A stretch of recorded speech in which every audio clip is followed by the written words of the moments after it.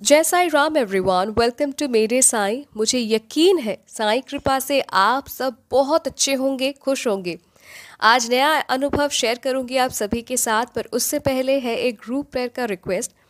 न जाने मैं ये बात कितनी बार कह चुकी हूँ कि प्रार्थना में बड़ी शक्ति होती है, वो नामुमकिन को भी मुमकिन कर सकता है ना। और जब हम सब मिलकर एकजुट होकर किसी के लिए भी प्रार्थना करते हैं तो वो प्रार्थना रंग लाती है। मुझे पता नहीं आप सबको याद होगा या नहीं, पर कुछ दिन पहले एपिसोड 89 में मैंने 5 ग्रुप प्रेयर का रिक्वेस्ट अपलोड किया था। उस दिन पांचवा जो ग्रुप प्रेयर का रिक्वेस्ट था ना, मैम ने लिखा था कि वो बहुत दिन से बीमार है और बहुत सारे डॉक्टर्स दिखाने के बाद भी क्या प्रॉब्लम है वो डायग्नोज नहीं हो पा रहा था। इसीलिए वो ग्रुप प्रेयर का रिक्वेस्ट करती हैं ताकि हम सब उनके लिए प्रार्थना करें और साईं कृपा से उन्हें पता चले कि क्या हुआ है। आज उनका मैसेज स्क्रीन पर देखिए, वीडियो पॉज करके। वो बताती है कि यहाँ उनके लिए हमने जब एकजुट होकर प्रार्थना किया तो साईं कृपा से फाइनली पता चला कि उनको इंटेस्टाइन इन्फेक्शन हुआ है। मैम बताती है कि अभी भी कुछ प्रॉब्लम्स है, वो जल्दी रिकवर होना चाहती है बिकॉज उनके पेरेंट्स उनको ऐसे हाल में देख नहीं सकते, वो दुखी हो रहे हैं और अपने माता पिता को दुखी मैम नहीं देख सकती। इसीलिए मैम फिर से ग्रुप प्रेयर का रिक्वेस्ट करती है ताकि फिर से एक बार हम सभी मिलकर उनके लिए साईं से प्रार्थना करें ताकि वो जल्द से जल्द ठीक हो जाए। तो जो भी ये वीडियो देख रहे हैं, आप सभी से मैं रिक्वेस्ट करती हूँ कि हम सभी के प्रार्थना का फल है कि फाइनली मैम को पता चल गया कि क्या बीमारी है उनको, क्यों वो इतने महीने से भुगत रही थी। और अब जब बीमारी का पता चल गया है, प्लीज़ इनके लिए प्रार्थना कीजिए ताकि वो जल्द से जल्द स्वस्थ हो जाए। भूलिएगा नहीं, इनके लिए प्रार्थना ज़रूर कीजिएगा। तो आज आप सभी के साथ शेयर करूंगी एक नया साईं अनुभव। थंबनेल देख के कुछ हद तक आप सभी ने अंदाज़ा कर ही लिया होगा कि अनुभव कैसा होने वाला है। ओके, ये अनुभव आया है जम्मू से और मैम रहना चाहती है अनोनिमस। तो मैम अपने फैमिली फ्रेंड के साथ कर रही थी बिजनेस। उनके साथ मैम का टर्म्स बहुत अच्छा है, बहुत दिनों से वो एक दूसरे को जानते हैं।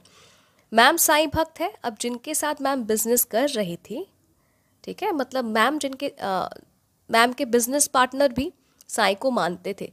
उनका भी साईं पे बहुत आस्था था, वो भी साईं का नाम लेते थे। अब ये होता है ना कि अगर आपको कोई साईं भक्त मिले, आप ऑटोमेटिकली कनेक्ट करते हैं, चाहे आप उन्हें पर्सनली जानते हो या नहीं जानते हो, आप कनेक्ट करते हो। पर यहाँ पे मैम और मैम के बिजनेस पार्टनर दोनों फैमिली फ्रेंड्स थे, ऊपर से दोनों साईं भक्त हैं।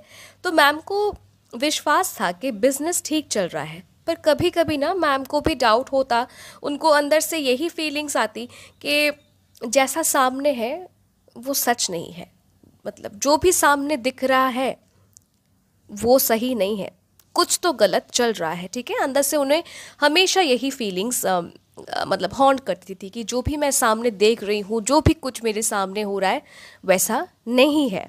अब मैम ने बहुत बार अपने बिजनेस पार्टनर के साथ बात किया, जहाँ उनको डाउट्स था ना, वो चाहती थी कि अगर उनको कोई गलत फहमी है तो वो क्लियर हो जाए। तो वो खुल के बात करती है अपने बिजनेस पार्टनर से कि इस जगह में मुझे डाउट है, मतलब मैं गलत भी हो सकती हूँ पर मुझे डाउट लग रहा है।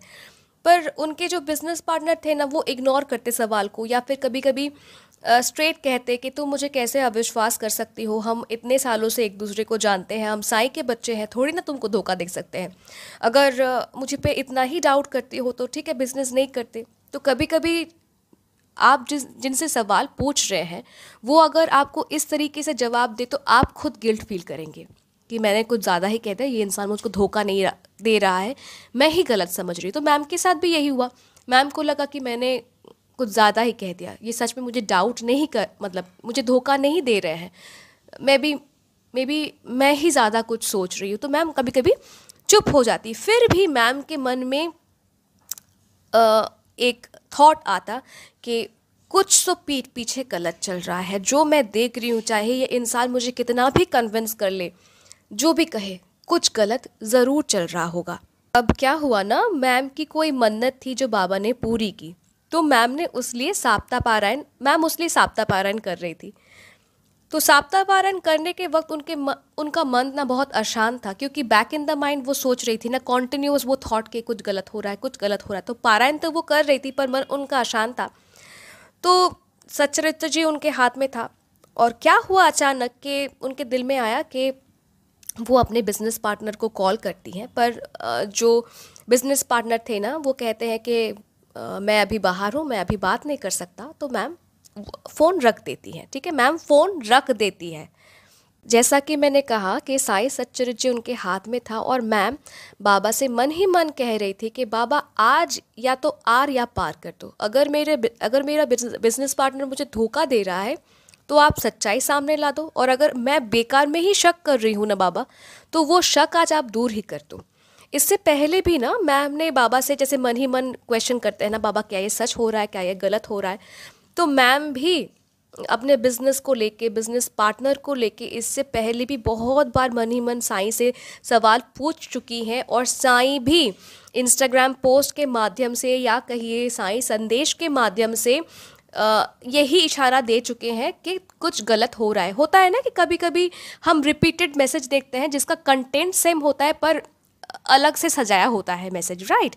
तो मैम साईं ने भी मैम को ऐसे बहुत बार इशारा दे चुके थे, तो इसीलिए मैम का ना मतलब मन शांत नहीं हो रहा था। तो बाबा से यही बोल करके, बाबा आज तो ये आर या पार कर दो, ये सब बोल के ही मैम फ़ोन को साइड में रख देती है और सच्चरित्र पढ़ने लगती है। अब उनके फ़ोन के साथ ना हेडफोन कनेक्टेड था। पढ़ते पढ़ते मैम को अचानक से लगा कि कहीं से आवाज़ आ रही है। कुछ देर बाद वो रियलाइज़ करती है कि फ़ोन डिस्कनेक्ट ही नहीं हुआ था। मतलब मैम जब अपने बिजनेस पार्टनर को फ़ोन कर रही थी, फिर बिजनेस पार्टनर ने कहा कि मैं बिज़ी हूँ, बाद में फ़ोन करूँगा, उसके बाद फ़ोन डिस्कनेक्ट ही हुआ नहीं, और वो फ़ोन पे बात किए ही जा रहा था, और वही आवाज़ हेडफोन्स के थ्रू आ रही थी। फाइन। तो ना मैम जल्दी हेडफोन्स कान में लगाती है और सुनती हैं कि हाँ, बिजनेस पार्टनर ही था जो बात किए जा रहा था, किसी से बात कर रहा था और मैम के बारे में ही बात कर रहा था। देखिए, अगर आप साईं भक्त हैं और साईं का नाम लेकर, साईं के नाम के आड़ से अगर आप किसी को चीट करते हैं ना, साईं आपको माफ़ नहीं करते। साईं ये बिल्कुल भी बर्दाश्त नहीं करते। तो बाबा ने भी असलियत सामने रख दिया। 55 मिनट्स की कॉल चली। मैम के जो बिजनेस पार्टनर थे, उन्हें पता भी नहीं चला कि उन्होंने फ़ोन डिस्कनेक्ट किया ही नहीं था, और वो मैम के बारे में, बिजनेस के बारे में बोले ही जा रहा था, और मैम सब चुपचाप सुन रही थी।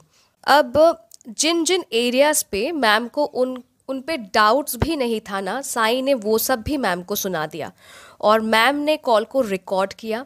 सारी बातें सुनने के बाद मैम ने फ़ोन खुद डिस्कनेक्ट किया। ठीक है, तब भी उनके बिजनेस पार्टनर ने फ़ोन डिस्कनेक्ट किया नहीं, उनको पता ही नहीं था कि फ़ोन चल रहा है 55 मिनट से।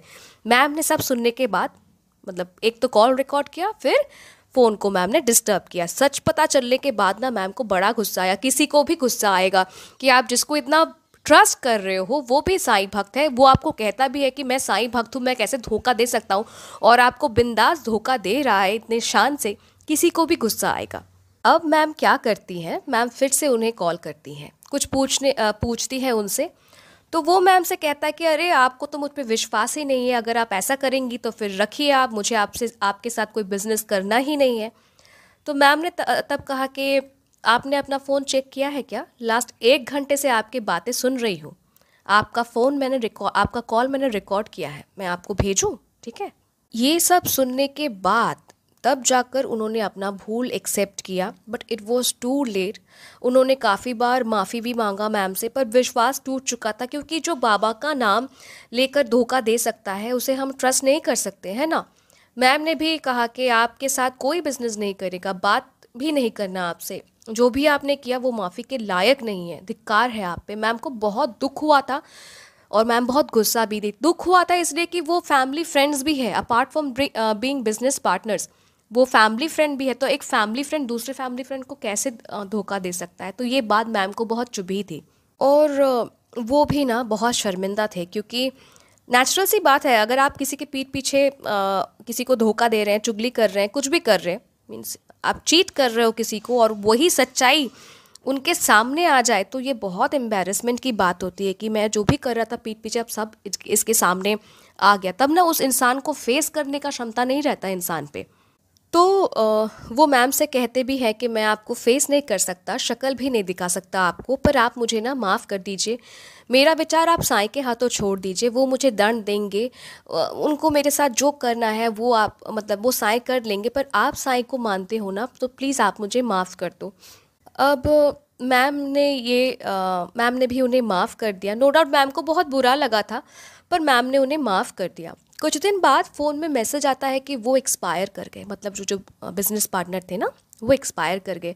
जैसा कि मैंने पहले भी मेंशन किया है कि वो सिर्फ बिज़नेस पार्टनर नहीं थे, फैमिली फ्रेंड्स भी थे। तो मैम के जो फैमिली जो सोशल मीडिया में जो फैमिली ग्रुप होता है ना, तो वहाँ पे जब मैसेज आया, तब मैम को पता चला कि उनका देहांत हो गया है। मैम को बहुत दुख लगा, वो बहुत दुखी भी थी और काफ़ी टाइम लगा इससे बाहर आने के लिए। मतलब मैम को बहुत गिल्ट फील हुआ कि अ, मतलब सच्चाई उनका बाहर आ गया मेरे सामने कि वो मुझे धोखा दे रहा था, फिर ऐसे उनका देहांत हो जाना, मैम को ये बात ना बहुत मतलब दुखी कर दिया मैम को। तो इस अनुभव से आप सभी को पता चल गया होगा कि बाबा के नाम पे अगर कोई किसी को भी ठग रहा है तो बाबा ये बर्दाश्त नहीं करते। अब कुछ इम्पॉर्टेंट चीज़ें जो क्लियर करना है इस अनुभव के थ्रू। नंबर वन, अगर आप सोचते हैं कि पनिशमेंट बाबा ने एज अ पनिशमेंट बाबा ने उनके प्राण ही हर लिए, तो ये गलत बात है, ठीक है। बाबा किसी के प्राण नहीं हरते। बाबा एक ऐसे गुरु है ना जो आपको शिक्षा देंगे। अगर आपको लगता है कि सच्चाई जानने के बाद मतलब मैम को जब सच्चाई पता चल गया, उस इंसान ने मैम से कहा था कि मेरे को दंड साईं देंगे, आप मुझे माफ़ कर दो। उसके बाद उनका देहांत हो जाना, तो आप सबको लग ही सकता है कि एज अ दंड स्वरूप साईं ने उनके प्राण ही हर लिए। पर नहीं, मैं क्लियर कर दूं, साईं ने उन्हें दंड कैसे दिया था, उनका ट्रुथ रिवील करके, ठीक है। क्या होता है ना, कभी कभी जब छोटे थे, क्लास में बदमाशी करते थे, शैतानी करते थे, तो टीचर क्या करते थे, हमें क्लास के बाहर आके बोलते थे कान पकड़ के खड़े रहो, ताकि हमको एम्बैरेसमेंट हो, राइट। तो साईं ने भी वैसा किया। वो जो बिजनेस पार्टनर थे उनको लग रहा था कि मैं तो बहुत शान से झूठ बोल रहा हूँ, साईं का नाम लेके झूठ बोल रहा हूँ, मैम को पता भी नहीं चलेगा। पर साईं ने क्या किया, यहाँ देखिए 55 मिनट्स तक फ़ोन चली, कॉल चला, उनको पता भी नहीं था कि फ़ोन उन्होंने डिस्कनेक्ट नहीं किया था, और साईं ने सामने रख दिया कि देखो ये तुमको ठग रहा है, मेरे नाम से तुमको ठग रहा है। तो साईं ने उन्हें एज अ पनिशमेंट दिया एम्बैरेसमेंट, ठीक है, उनको शर्मिंदगी दी एज अ पनिशमेंट। उनके प्राण साईं ने नहीं हरे। उनको जब अपना देह त्यागना था, उनके नसीब में जब मौत लिखा था तब हुआ, पर मैं क्लियर कर दूं, एज अ पनिशमेंट साईं ने उनके प्राण नहीं हरे। एज अ पनिशमेंट साईं ने उनको एम्बैरेसमेंट दिया, उनका सच्चाई सामने रख दिया, ठीक है। दूसरी बात, जब आपको साईं से कुछ इंडिकेशन मिल रहा है तो उस इंडिकेशन को समझिए। फॉर एग्जाम्पल, अगर आप साईं से कुछ पूछ रहे हैं, कुछ विचार आपके मन में आ रहा है और आप मन ही मन साईं से पूछ रहे हैं कि साईं ये क्या होने वाला है, फॉर एग्जाम्पल क्या मैं एग्ज़ाम पास करूँगा, क्या ये पॉसिबल है, तो तब अगर आपको साईं संदेश के माध्यम से या फिर किसी पोस्ट के माध्यम से आपको कंफर्मेशन मिले जहाँ साईं आपको बोल रहे हैं, मैं जस्ट एग्जांपल दे रही हूँ, ठीक है, कि ये एग्ज़ाम तुम क्रैक करोगे, या फिर तुम पढ़ाई में ध्यान दो, बाकी मैं सब संभाल लूँगा, ये जीत तुम्हारी है, ठीक है। अगर आप सिमिलर कंटेंट के डिफरेंट मैसेज देख रहे हैं, ठीक है, मतलब शब्द इधर उधर होंगे पर मैसेज का कंटेंट अगर सेम हो, आपके सवाल के साथ मिलता हो, तो समझिए कि साईं आपको आश्वासन दे रहे हैं, जो आप पूछ रहे हैं उसका जवाब साईं आपको दे रहे हैं। तो उसे आप समझने की कोशिश कीजिए। जैसे मैम साईं से पूछती थी ना कि बाबा क्या सब ठीक चल रहा है, क्या सब ठीक चल रहा है, और मैम कहती है ना, मैम को इतने सारे पोस्ट और साईं संदेश मिलते थे देखने को, सुनने को, जहाँ पे शब्दों के हेर फेर होते थे, पर जस्ट वही होता था कि तुम्हारे साथ कुछ गलत हो रहा है। सो बी ओपन, अपना आँख कान खुला रखिए। साईं आपको हमेशा मदद करते हैं, हमेशा आप तक अपना वार्ता पहुंचाते हैं। सिर्फ आपको अपना कान और आँख खुला रखना पड़ता है वो समझने के लिए, ठीक है। और एक बात कहना चाहूँगी कि हम बाबा की बेटी हैं, हम बाबा के बेटे हैं। ये बोलना ना बहुत इजी है कि हम बाबा साईं के मैं साईं का बेटा हूँ, मैं साईं की बेटी हूँ। ये बोलना बहुत आसान है, पर साईं के दिखाए रास्तों पे चलना, साईं ने जो भी सिखाया है उसे अमल करना अपने लाइफ पे भी उतना ही मुश्किल है। तो जब आप साईं के दिखाए हुए रास्ते पे चलते हो, जो भी साईं ने कहा है वो आप अपने ज़िंदगी में अमल करते हो ना, तब जाके आप खुद को साईं की बेटी या साईं के बेटा कहलाने के लायक होते हो। ठीक है, मैं साईं का बेटा हूँ। जैसे मैंने प्रीवियस एक 2 दिन पे, मतलब नेक्स्ट एपिसोड मुझे याद नहीं आ रहा, जहाँ श्रेष्ठा जी का मैंने अनुभव डाला था कि मैं साईं का बेटा हूँ कह के वो ठग रहा है। ठीक है, श्रेष्ठा जी को। तो साईं के बेटे ना वैसे नहीं होते, साईं की बेटियां वैसे नहीं होते। जो साईं के बेटे हैं, जो साईं की बेटियां हैं, वो कभी किसी को ठगेंगे नहीं। इंस्टेड अगर किसी को कोई ठग रहा है तो वहाँ से उनको खींच के बाहर लाएंगे। ठीक है, और एक लास्ट बात कहना चाहूँगी आप सभी से, ध्यान से सुनिएगा कि अगर आपको कोई कुछ काम करने को बोल रहा है साईं का कसम देके, और अगर वो काम गलत है, मत कीजिए। ठीक है, अगर आपको फॉर एग्जांपल कोई कहता है, ये कभी कोई आपको कहेगा नहीं, पर मैं एग्जांपल के तौर से कह रही हूँ कि अगर कोई आपको कह रहा है अरे छोड़ ना, अरे अगर तू उसको चोरी भी कर लेना तो मेरे लिए चोरी कर दे, साईं का कसम है, तू साईं भक्त है, तेरे को साईं की कसम, साईं कुछ तेरे को नहीं करेंगे, तू कर ले चोरी। ठीक है, और अगर आपको पता है कि आपको जो कहा जा रहा है वो गलत है, साईं के नाम पे आप मत कीजिए, क्योंकि साईं जानते हैं। ठीक है, साईं आपको देख रहे हैं। आप इतना भी बेबस मत बनिए कि कोई आपको साईं का कसम दे के कुछ गलत करने को कह रहे हैं और आप भी सोच रहे हैं कि नहीं नहीं, साईं का कसम दे दिया, अब मैं क्या करूं। इतना जान लीजिए, साईं कभी भी गलत काम को इनकरेज नहीं करते। तो कोई भी अगर आपको साईं का कसम दे के कुछ गलत करने को कह रहे हैं, मत कीजिए, क्योंकि साईं को सब पता है। तो आज का अनुभव यही समाप्त करती हूँ। Ma'am, thank you so very much, एक अनोखा अनुभव हम सभी को उपहार देने के लिए। और यही कामना करूँगी कि साईं हमेशा अपना साथ, आपके साथ अपना साथ बनाए रखे। और आप सभी से यही कहूँगी कि अगर आप भी अपना अनुभव मेरे साथ शेयर करना चाहते हैं, आप मुझे ईमेल कर सकते हैं, इंस्टाग्राम पे डायरेक्ट मैसेज कर सकते हैं, या फिर मेरे व्हाट्सएप नंबर में भी आप मुझे मैसेज कर सकते हैं। Instagram account ID, email ID और व्हाट्सएप नंबर डिस्क्रिप्शन पे दिया हुआ है। डिस्क्रिप्शन खोल के थोड़ा अगर आप नीचे स्क्रॉल करेंगे तो आपको डिटेल्स मिल जाएगा। अगर साईं अनुभव सुनना पसंद है, खुद सुनिए, सबके साथ शेयर भी कीजिए। जैसा कि मैं बार बार कहती हूँ, साईं की महिमा का प्रचार कीजिए, ताकि सबको पता चले कि साईं कैसे अपने भक्तों के साथ है हमेशा। ठीक है, और साईं अनुभव सुनना पसंद है तो जुड़ जाइए मेरे साईं परिवार से। मिलती हूँ बहुत जल्दी नए साईं अनुभव के साथ। टिल देन, जय साईं राम।